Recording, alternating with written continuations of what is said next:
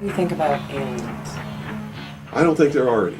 At one time, I thought that there were, simply based upon documents that I'd seen while I was attached to the intelligence briefing team, the commander-in-chief of the Pacific Fleet. At that time, and even for many years afterwards, I did not believe that the government would use me in that way. I had devoted my whole life to government service. I had been in the Air Force, I was in the Navy, I was a river patrol boat captain in Vietnam. I had proved myself. I had combat ribbons with the V for Valor.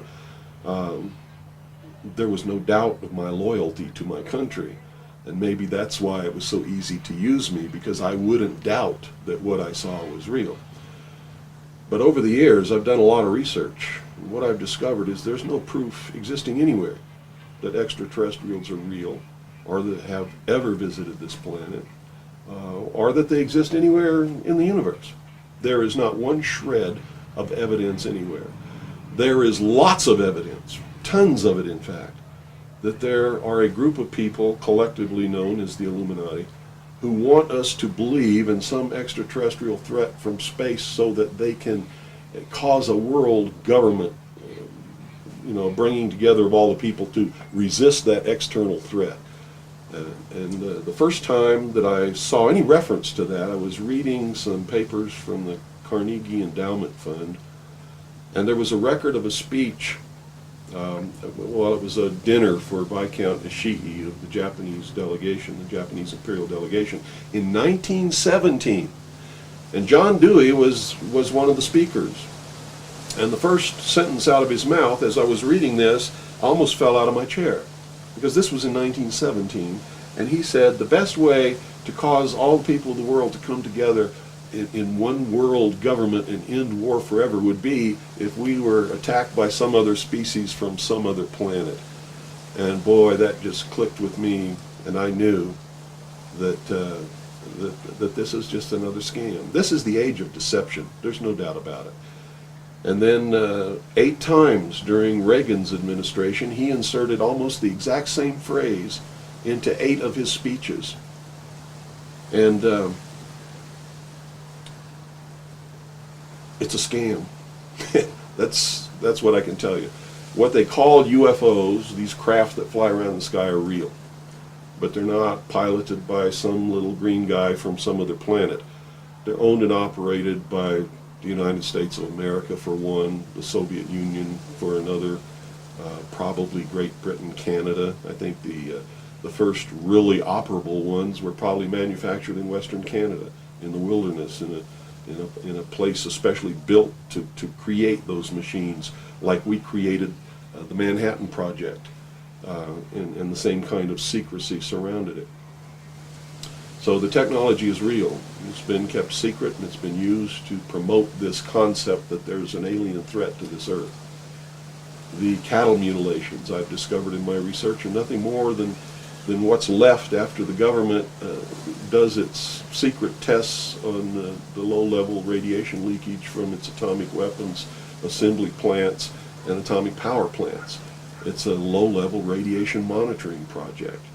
And if you look at what's missing in the cattle, you'll see that it's just as clear as day. They take the lips, they take the tongue, they take a 6-inch patch of skin, they core out the rectum, the colon area, where those kinds of things would collect. They pass through the digestive system. On female cows, they take the udder to check for low-level radiation in the milk. This is being passed to the calves. And these are all grazing animals that graze on the grass where the radiation falls when it falls from the air. And it's just an incredible deception. And I'm just amazed that people have fallen for it in the manner that they have, in the absence of any proof whatsoever. I mean, they cite hearsay as proof. Well, what about all of the alien abductions? They're not abductions, they're the results of a tremendously successful and very sophisticated mind control operation, all of which has been in development. They started working on those kinds of things since before World War II, but they have perfected them. On my website, I have a patent of a machine that can read your brain waves, can recombine them in a computer and send them back to you and make you think things happened that never happened. I mean, you can't get a patent for something like that unless it really works. You have to prove it to the patent office. It works. A patent was issued. And this is just one of the things that snuck by them that hasn't, because when people invent things like this, they're sucked up by the government immediately, and then they're put behind the veil of national security and classified, and then nobody knows about them. But every once in a while, something sneaks by them. And when you do these searches in the patent office and the trademark office and in the copyright office, you come up with some real gems once in a while, and that was one. Also, the congressional investigations into the intelligence community has revealed the existence of these programs, and there's no secret about it. It's documented. Project Artichoke, Project MK Ultra, MK Naomi. I could go on and on and on all day long, and if you had the time in your movie, we could lay out all the documentation, which is official government documentation, and prove beyond any shadow of a doubt that it's true. But that's what it is. It's not extraterrestrials coming down. The human body cannot pass through walls or roofs, or through windows that are closed. This is all the product of the imagination and people's willingness to believe something because they want it to be true. I don't know why they would want it to be true. You see, because if it were true, these are not friendly aliens. They're doing some terrible things to people. If I were to kidnap somebody, pass them up through the roof, and take them somewhere, and perform operations on them, and take samples of semen and ova from their reproductive organs, and plant thoughts in their mind, and all this kind of stuff, and then bring them back, guess where I'd be right now? In prison. That's kidnapping. It's criminal. It's a terrible thing. So there's a morbid sense about all this too, as if people want to be hurt for some reason. I don't understand that. But that certainly is something that somebody needs to look at. Why do people feel that this needs to be real? What in them says, I want to be abducted and abused and kidnapped and raped and all of this stuff against my will? Because they seem to take some kind of satisfaction that this is happening. And nobody's talking about the fact that this is a terrible thing to happen. If I were to do that to you, you wouldn't be too happy, would you? But somehow it's okay if an alien does it? I don't think so. It's all bullshit. It's a lie. And it's... So where do you feel the hope for America lies? Oh, this is William Cooper, a man who received mainstream attention in 1994 when Rush Limbaugh read an alleged White House memo on the air calling him the most dangerous radio host in America. Maybe that's because his conspiracy classic is the underground bestseller, or perhaps it's because of the increasing popularity of his shortwave radio broadcast, which is also available on the internet. Good evening. You're listening to the Hour of the Time. I'm still William Cooper.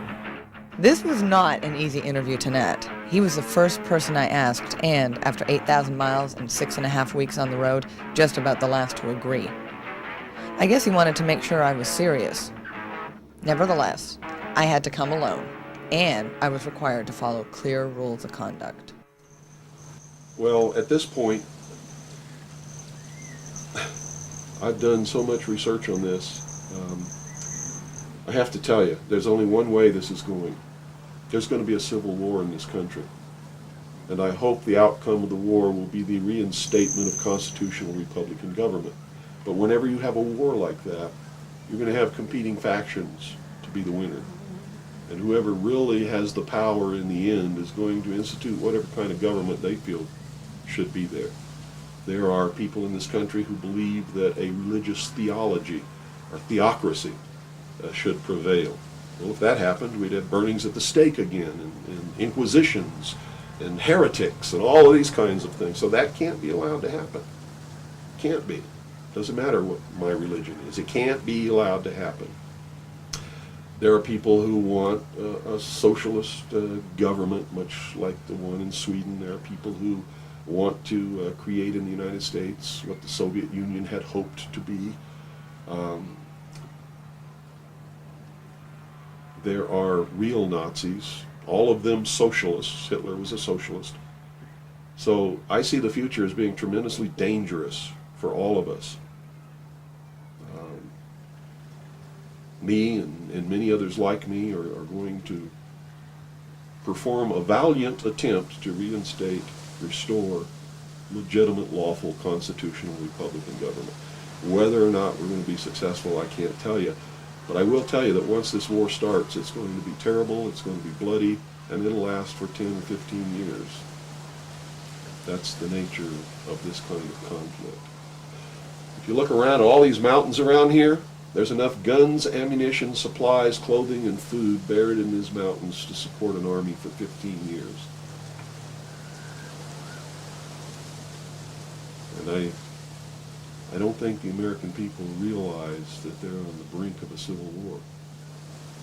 You see, there are many of us who took an oath when we went in the armed forces, and we meant it.